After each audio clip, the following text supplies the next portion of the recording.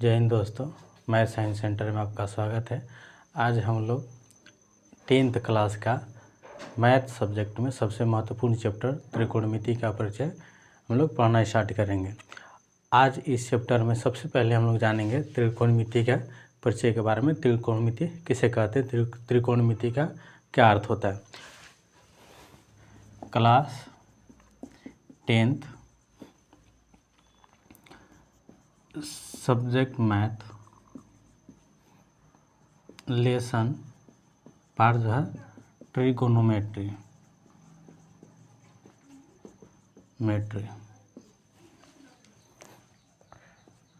सबसे पहले हम लोग त्रिकोणमिति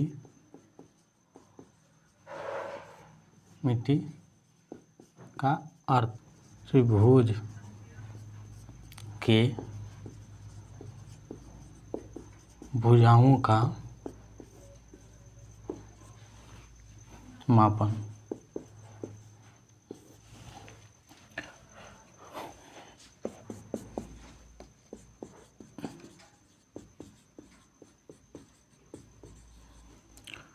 त्रिकोणमिति का इंग्लिश ट्रिगोनोमेट्री होता है, जो 3 शब्द ट्राई प्लस गोन प्लस मेट्रोन से मिलकर बना है। ट्राई का शाब्दिक अर्थ होता है 3, गोन का अर्थ होता है भुजा और मेट्रोन का अर्थ होता है मापन।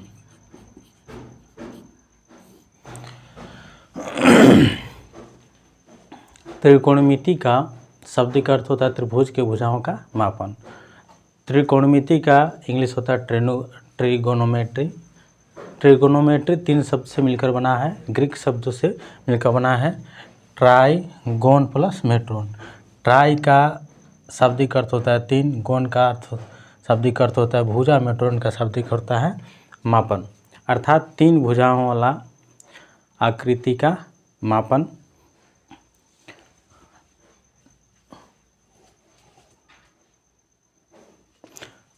दूसरा पॉइंट है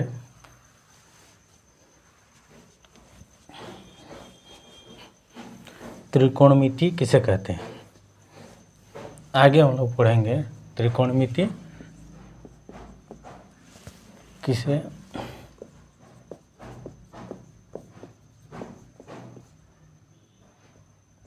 कहते हैं।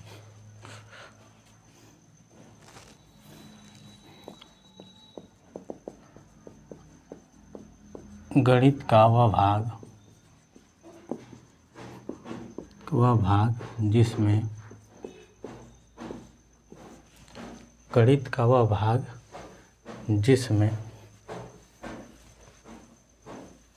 त्रिभुज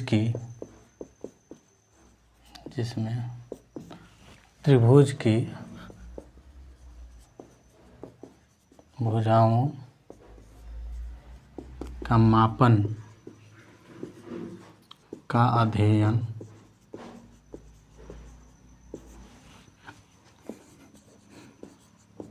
किया जाता है, उसे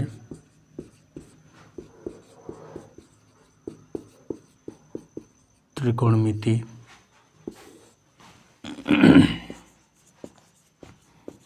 कहते हैं।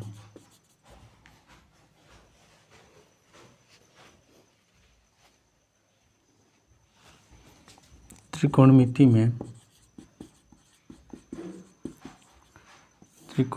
में सबसे अधिक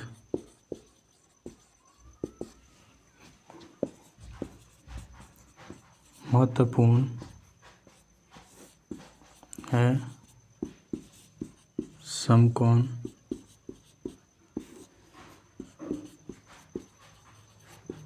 त्रिभुज का अध्ययन।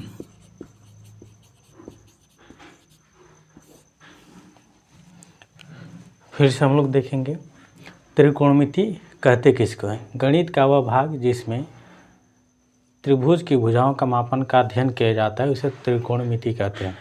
त्रिकोणमिति में सबसे अधिक महत्वपूर्ण है समकोण त्रिभुज का अध्ययन। यानी इसका कहने का मतलब है कि गणित का वह भाग है या गणित का एक भाग है त्रिकोणमिति, जिसमें त्रिभुज की भुजाओं का मापन का अध्ययन किया जाता है। त्रिकोणमिति में सबसे अधिक जो महत्वपूर्ण है वो है समकोण त्रिभुज का अध्ययन। यानी कि इस अध्याय में, इस चैप्टर में हम लोग समकोण त्रिभुज के बारे में ज़्यादा अध्ययन करेंगे। अगला टॉपिक है, ये दूसरा टॉपिक था, अगला है संलग्न भुजा। संलग्न भुजा किसे कहते हैं?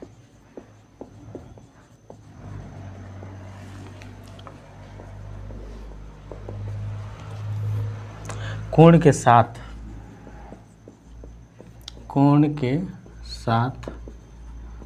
सम्मिलित भुजा को, कोण के साथ सम्मिलित भुजा को संलग्न भुजा कहते हैं।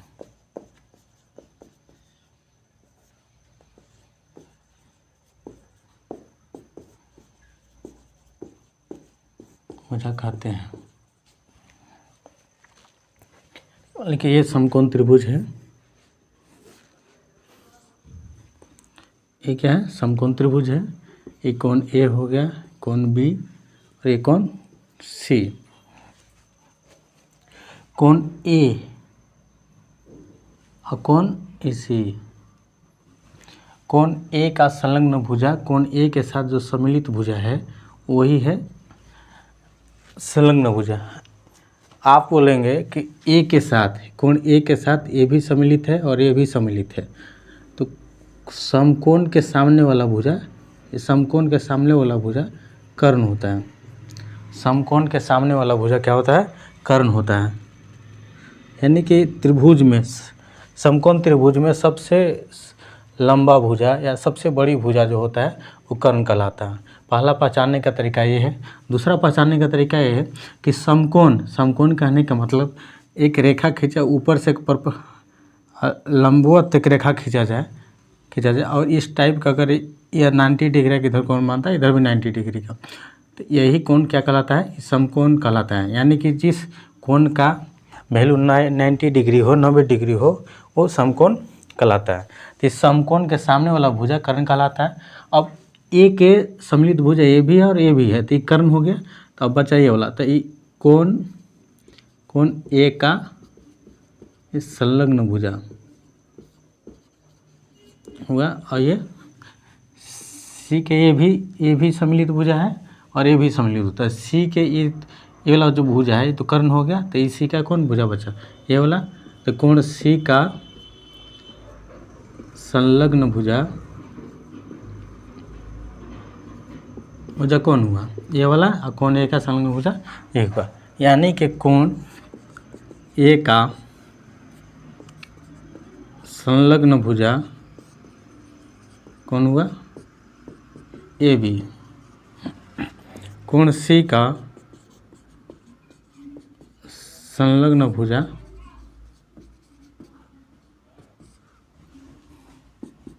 B C.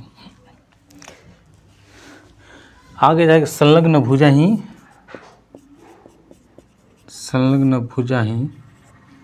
नोट करके ऐसे लिखेंगे हम लोग। नोट में लिखेंगे संलग्न भुजा ही आधार होता है। बस अभी इतना ही जानने की जरूरत है कि संलग्न भुजा ही आधार होता है। संलग्न भुजा किसे कहते हैं? कोण के साथ सम्मिलित भुजा को संलग्न भुजा कहते हैं। कोण ए का संलग्न भुजा ए भी हुआ, क्यों? क्योंकि ए के साथ ही लगा हुआ है, इसलिए संलग्न भुजा। ए क्यों नहीं हुआ? क्योंकि कर्ण है।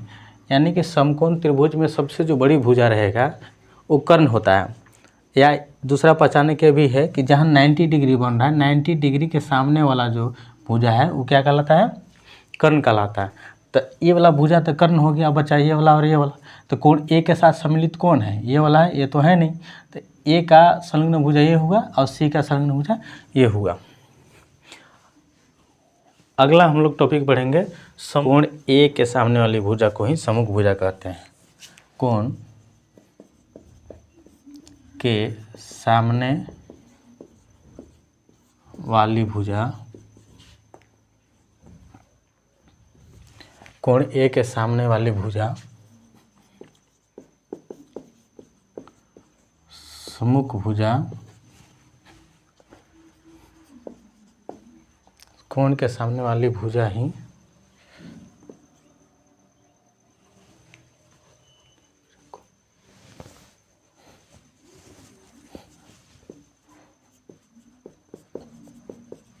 कोण के सामने वाली भुजा को सम्मुख भुजा कहते हैं। फिर क्या करेंगे, एक हम समकोण त्रिभुज ड्रॉ करेंगे, समकोण त्रिभुज बनाएंगे। समकोण त्रिभुज में एक नाम देंगे एंगल ए बी सी, जो जहाँ पे 90 डिग्री का कोण बना है, 90 डिग्री का कोण बना है, ये समकोण हो गया। समकोण के सामने वाला भुजा कर्ण हो गया। ये तो हम पहले से जानते हैं। अब इसमें कोण ए का सम्मुख भुजा कौन है? कोण ए का सम्मुख भुजा, तो कोण ए का अगर सम्मुख भुजा हम निकालें तो इसका सामने वाला भुजा कौन होगा? ए, यानी कि कोण ए का सामने वाला भुजा BC हुआ। कोण ए का सामने वाला भुजा कौन है? ये भुजा हुआ। तो ये क्या हुआ? कोण ए का सम्मुख भुजा, यानी कि कोण ए का सम्मुख भुजा BC हुआ। और कोण सी का सम्मुख भुजा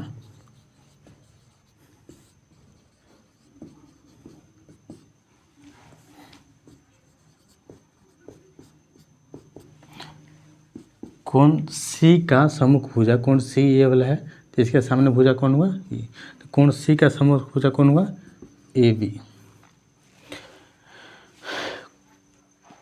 कोण के सामने वाला भुजा सम्मुख भुजा कहलाता है। तो कोण ए का सामने वाला भुजा जो है, कोण ए वाला है, तो इसके सामने कौन है? ये। जैसे हम मेरे सामने जो रहेगा, एक जो मेरे सामने है, वो जो किसी के सामने जो होता है, जैसे ये एंगल ए है तो इसके सामने कौन है? ये। तो कोण ए का सम्मुख भुजा ही कहलाएगा। और इसके सामने कौन है? ये। तो ये क्या कहलाएगा? ए सम्मुख भुजा कहलाएगा। अब समकोण के सामने वाला जो भुजा जो होता है वो क्या कहलाता है? कर्ण कहलाता है। सम्मुख भुजा ही नोट करके लिखेंगे, सम्मुख भुजा ही लंब होता है। आप लोग को बस इतना याद करके रखना है कि सम्मुख भुजा ही लंब होता है। आगे जाकर संलग्न भुजा आधार बनता है और सम्मुख भुजा ही लंब होता है। फिर से हम लोग देखेंगे सम्मुख भुजा किसे कहते हैं। कोण के सामने वाली भुजा को सम्मुख भुजा कहते हैं। कोण है, कोण के एकदम जो सामने रहेगा उसको क्या कहते हैं? सम्मुख भुजा कहते हैं। तो ए का सम्मुख भुजा क्या हुआ? BC। और कोण सी का सम्मुख भुजा क्या हुआ? AB। सम्मुख भुजा के क्या लंब होता है।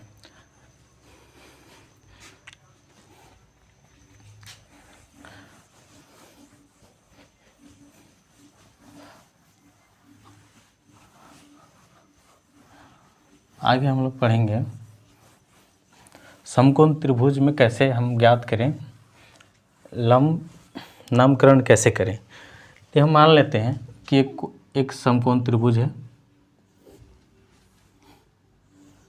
एक समकोण त्रिभुज है ABC। लिखते हैं लंब, आधार व कर्ण का नामकरण।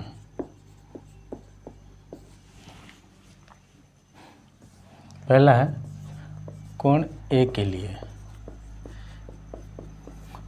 इस समकोण में 3 कोण है, कोण ए है, कोण B है और कोण C है। इस समकोण त्रिभुज में कोण ए है, कोण B है और कोण C है। तो कोण ए के लिए सम्मुख भुजा संलग्न भुजा अलग होगा और कोण C के लिए सम्मुख भुजा और संलग्न भुजा अलग होगा। इसलिए कोण ए के लिए लंब और आधार भी अलग होगा। कर्ण दोनों में कोण ए के लिए भी और C के लिए भी कर्ण सेम रहेगा। लेकिन कोण ए का लंब भुजा आधार भुजा अलग रहेगा, कोण सी का लंब भुजा और आधार भुजा अलग रहेगा। तो कोण ए के लिए हम लोग फाइंड करते हैं कर्ण। तो कर्ण प्राप्त करने के लिए सबसे पहले हम क्या देखेंगे, समकोण त्रिभुज में कर्ण प्राप्त करने के लिए सबसे पहले हम ये देखेंगे कि त्रिभुज में सबसे लंबी भुजा कौन है। तो सब त्रिभुज में सबसे जो लंबी भुजा है ये वाला है। अगर ये आपको याद नहीं रहता है तो ये भी देखेंगे कि इस त्रिभुज में समकोण कौन सा है, समकोणी है। तो समकोण का सामने वाला भुजा जो होता है वो कर्ण कहलाता है। क्या कहलाता है? कर्ण कहलाता है। इसका इंग्लिश होता है हाइपोटेनस। हाइपोटेनस के एच द्वारा इसे दर्शाया जाता है। कर्ण कौन हो गया? AC। तो कर्ण बराबर क्या हो गया? AC। अब इसमें हम लंब और आधार ज्ञात करेंगे, लंब और आधार ज्ञात करेंगे। तो कोण A के लिए है, कोण A का संलग्न भुजा कौन है? AB। कोण A का संलग्न भुजा कौन है? AB। हम बताया था कि कोण A का संलग्न भुजा जो होता है वही आधार होता है। तो ये क्या कहलाएगा? आधार। आधार का इंग्लिश होता है बेस। इसको बेस का जो फर्स्ट लेटर है B, इसे B से डिनोट करते हैं। हाइपोटेनस का फर्स्ट लेटर है H, इसे H से डिनोट करते हैं। तो आधार क्या हो जाएगा आपका? AB। और बताया था कि कोण A का सामने वाला जो भुजा है, कोण A का सामने वाला भुजा क्या कहलाता है? सम्मुख भुजा। कोण A के सामने वाला भुजा क्या कहलाता है? सम्मुख भुजा। सम्मुख भुजा ही क्या बनता है? लंब। इसको इंग्लिश में बोलते हैं परपेंडिकुलर।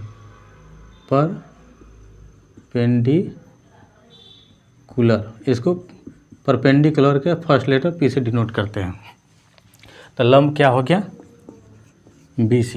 ये क्या हुआ? कोण A के लिए आपका, कोण A के लिए आधार हो गया AB, लंब हो गया BC और कर्ण हो गया AC। अब कोण हम C के लिए निकालेंगे। कोण C के लिए कर्ण, लंब व आधार प्राप्त करेंगे। कर्ण को हम क्या से डिनोट करते हैं? H से डिनोट करते हैं।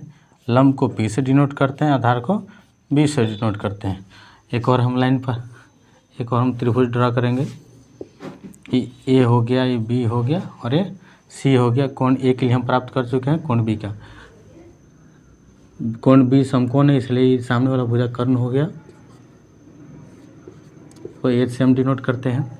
अब कोण C के संलग्न भुजा जो है वो क्या होता है? आधार होता है। कोण C का सामने वाला संलग्न भुजा जो सम्मिलित भुजा जो है, कोण C का सम्मिलित भुजा क्या बन जाएगा? आधार। आधार कौन है? ये कौन भुजा? BC। इस भुजा का क्या नाम है? B और C। तो कर्ण कौन हो गया? AC भुजा हो गया। इस भुजा का नाम क्या है? AC। इस भुजा का नाम BC और ये भुजा का नाम AB। आधार क्या हो गया मेरा? BC। अब देखेंगे कोण C का। तो कोण C के सामने वाला भुजा कौन है? AB। तो AB क्या हो जाएगा मेरा? लंब हो जाएगा। इसी प्रकार से हम किसी भी क्वेश्चन में कर्ण, लंब, आधार हम प्राप्त कर सकते हैं, निकाल सकते हैं। इसी के बेस पर पाइथागोरस एक प्रमेय है जिसको हम लोग आगे देखते हैं।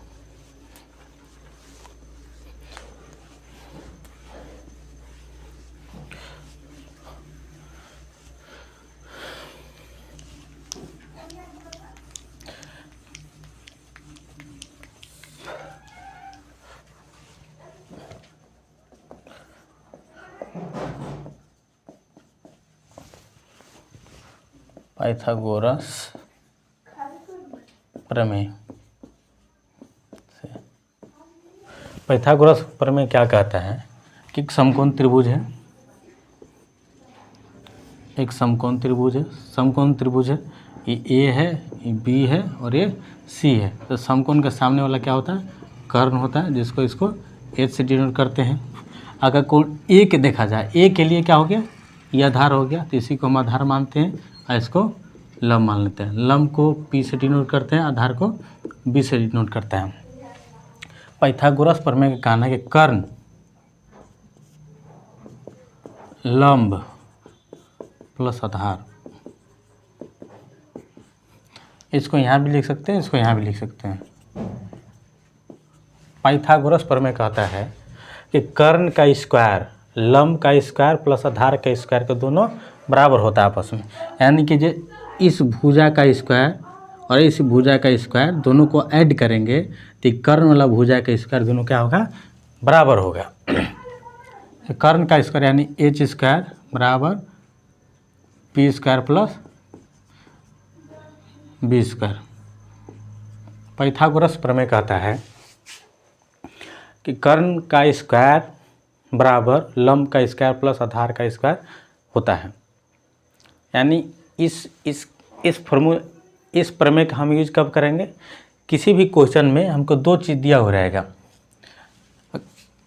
यदि कर्ण दिया हुआ रहेगा और लंब दिया हुआ रहेगा तो आधार फाइंड करना होगा, और अगर ये दोनों दिया हुआ रहेगा तो ये फाइंड होगा, और ये दिया हुआ रहेगा तो ये फाइंड करेगा। मतलब तीन में से क्वेश्चन में से दो दिया हुआ रहेगा, एक फाइंड करना रहता है। उसमें से हम पाइथागोरस प्रमेय से हम लोग ज्ञात करते हैं।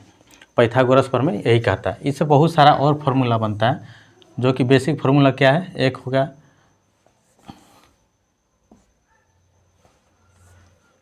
h बराबर, यदि हम p बराबर निकालते हैं तो h square minus B square बराबर पी स्क्वायर। इसको हम चाहें तो ऐसे भी कर सकते हैं, H square minus B square, P का स्क्वायर है तो इधर जाएगा तो रूट में हो जाएगा। तो हम दूसरा फार्मूला हो गया। इसको पलट के भी ले सकते हैं, बी स्क्वायर बराबर H square minus P square भी ले सकते हैं। यदि हम इसको रूट से हटाना चाहें तो बी बराबर root under H square minus P square भी ले सकते हैं। सबसे बेसिक फार्मूला जो है ये पहला हो गया, दूसरा हो गया और ये तीसरा हो गया। ये तीन फार्मूला हम लोग याद करेंगे, और तीनों फार्मूला से कहाँ से निकल के बना, इसी से निकल के बना। इसी वाला याद कर लेंगे, बाकी अपने आप हो जाएगा। अगला टॉपिक है मेरा त्रिकोणमितीय अनुपात। त्रिकोणमितीय अनुपात किसे कहते हैं? समकोण त्रिभुज में दो भुजाओं के अनुपात को ही त्रिकोणमितीय अनुपात कहते हैं। त्रिकोणमितीय अनुपात यानी दो भुजा का अनुपात जब निकालते हैं उसी को क्या कहते हैं, त्रिकोणमितीय अनुपात कहते हैं। जैसे sine theta, cos theta, tan theta, sec theta, cosec theta, cot theta जो हम लोग पढ़ते हैं वही चीज़ वाला हम पढ़ेंगे। अगला जो मेरा है टॉपिक है त्रिकोणमितीय अनुपात। त्रिकोणमितीय अनुपात क्या होता है या किसे कहते हैं?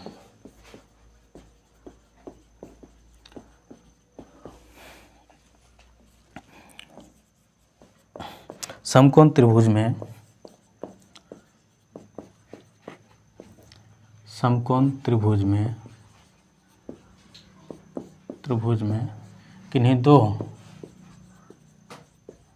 किन्हीं दो भुजा के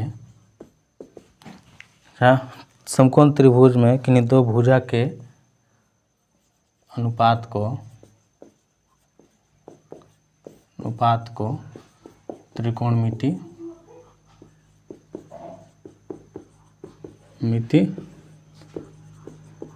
अनुपात कहते हैं।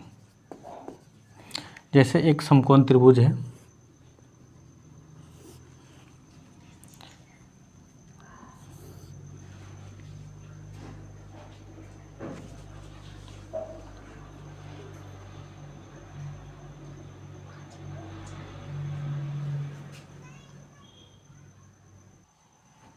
समकोण त्रिभुज में किन्हीं दो भुजाओं के अनुपात को ही त्रिकोणमितीय अनुपात कहते हैं। ये कोण हम ए मान लेते हैं, ए बी मान लेते हैं और ये सी मान लेते हैं। इस कोण में ये क्या हो गया, समकोण के सामने वाला कर्ण होता है, इसको हम आधार मान लेते हैं और इसको लंब। यदि हम लंब बटा में कर्ण, लंब बटा में कर्ण जो है ये क्या हो गया, दो भुजा, एक लंब हो गया, ये भी एक भुजा है और कर्ण भी एक भुजा है, तो दो भुजा का अनुपात को हम क्या कहते हैं, त्रिकोणमितीय अनुपात कहते हैं। तो लंब बटा में कर्ण का जो नाम होता है वही होता है ये होता है साइन थीटा। यानी कि हम ऐसा भी कहते हैं कि साइन थीटा बराबर लंब बटा में कर्ण। कोस थीटा बराबर क्या होता है फॉर्मूला, आधार बटा में कर्ण, आधार बटा में कर्ण। टेन थीटा बराबर क्या होता है, त्रिकोणमिति में लंब बटा में आधार। इसी का जस्ट उल्टा है साइन, कोसेक, कोसेक थीटा का होता है, इसका जस्ट उल्टा होता है। साइन थीटा का लंब बटा कर्ण होता है, इसका कर्ण बटा में लंब होता है। सेक थीटा का होता है कर्ण बटा में आधार। कोट थीटा का होता है आधार बटा में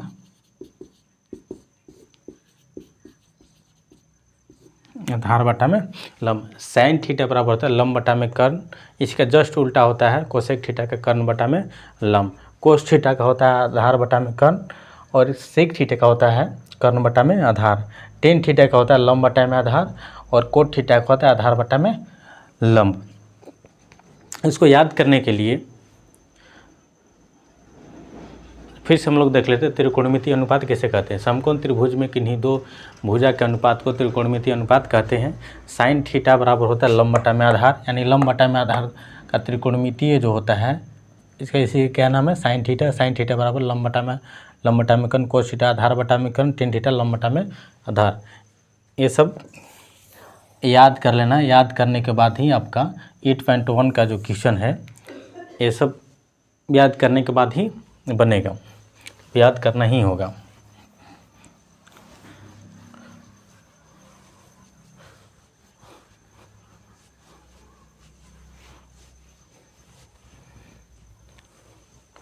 इसी में हम लोग सीखेंगे कि त्रिकोणमितीय अनुपात का हम लोग शॉर्टकट में साइन थीटा, कोस थीटा और टेन थीटा, तीन चीज़ का याद हो गया तो बाकी तीन चीज़ का याद आसानी हो जाएगा कि कैसे याद करें। इसके लिए तो आसान ट्रिक है, LAL लाल, KA कक्का। ऊपर से यदि हम देखते हैं तो ये पहला होता है साइन थीटा का वैल्यू होता है साइन थीटा। L से लंब, L से क्या होता है, L से लंब, और K से कर्ण, तो लंब बटा में कर्ण, L बटा में K। दूसरा इधर से हम देखें, दूसरा ये क्या होता है, कोस थीटा का वैल्यू होता है। कोस थीटा मतलब A से आधार और K से कर्ण। तीसरा टेन थीटा, L से लंब बटा में आधार। यही चीज़ अगर हम इधर से इधर ना करके अगर इधर से ऊपर, पहले इधर ले, नीचे से ऊपर जाए, पहले इधर ले, और ये केस का होता है कोसेक थीटा का, कोसेक थीटा, ठीक है। कर्ण बटा में लंब, ये किसका होता है सेक थीटा, कर्ण बटा में आधार, ये किसका होता है कोट थीटा। यहाँ A बटा में K हो जाएगा, यहाँ L बटा में लंब बटा में आधार हो जाएगा। यानी कि L से लंब, A से आधार और L से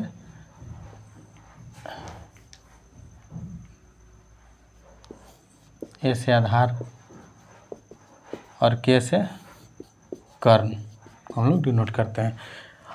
यदि हमें कोसेक थीटा का निकालना होगा तो जस्ट उल्टा करते हैं, कर्ण बटा में लंब। कोस थीटा का निकालना तो कर्ण बटा में आधार, टेन थीटा निकालने के बाद आधार बटा में लंब। Cosec theta, cosec theta, cosec theta इधर से कर्ण बटा में लंब, यानी कर्ण बटा में लंब, कर्ण बटा में लंब। और टेन थीटा का कोट थीटा का निकाल, इसका जस्ट उल्टा कर देंगे। सेक थीटा का निकालना है, इसका जस्ट उल्टा कर देंगे। यह सबसे त्रिकोणमितीय अनुपात का याद करने का सबसे आसान ट्रिक है। जय हिंद, जय भारत।